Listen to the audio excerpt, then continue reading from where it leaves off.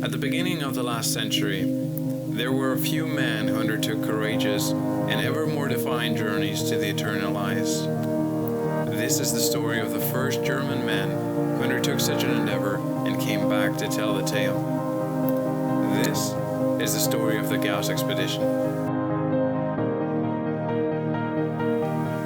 The first German South Polar expedition, carried out between 1901 and 1903, was also known as the Gauss Expedition, and it was the first German expedition to the cold, uncharted edge of the world. The endeavor was led by Erich von Drygalski, a professor of geography and geophysics at the University of Berlin, who had some prior polar experience in Greenland and was regarded as a tough and very scientific man.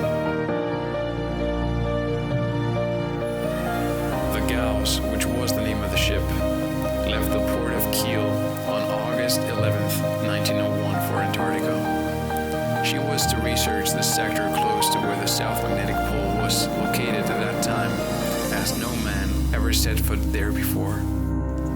Land was sighted on February 21st, 1902, being edged with ice cliffs, 40 to 50 meters high where it met the sea, and rising in the distance to over 300 meters. This was named after the German Emperor Kaiser Wilhelm II land. Now today, this coast still retains the name Kaiser Wilhelm II Coast. Tragically, they became trapped as they tried to sail further south by the forming sea ice on March the 2nd, but used their time thoroughly to explore the surrounding areas with a dog team and a hydrogen-filled balloon from which this picture was taken. The first sledging party headed south on the 18th of March, returning 8 days later to report a 300-meter mountain just 50 miles away from the ship. This mountain was named the Gaussberg.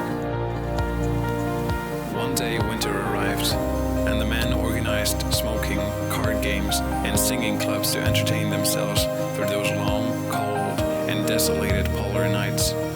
The ice was hard. The worry is pressure could destroy the ship was ever present, and the waiting eternal, as nobody knew with certainty when exactly they would break free.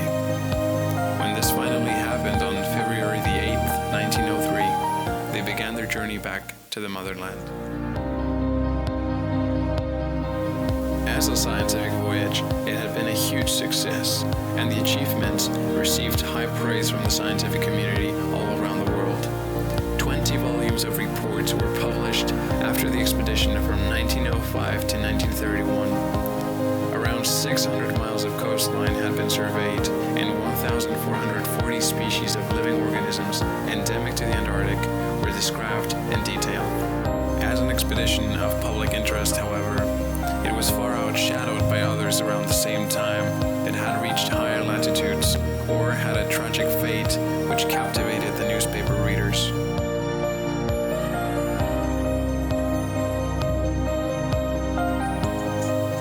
Here, I invite you to remember those brave men and their patient wives awaiting their return home for all they did, for what a generation of enduring, seemingly extinct men they represent, and the spiritual footprint they left in the molding of our European and German consciousness.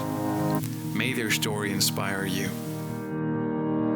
And until our next encounter, be well.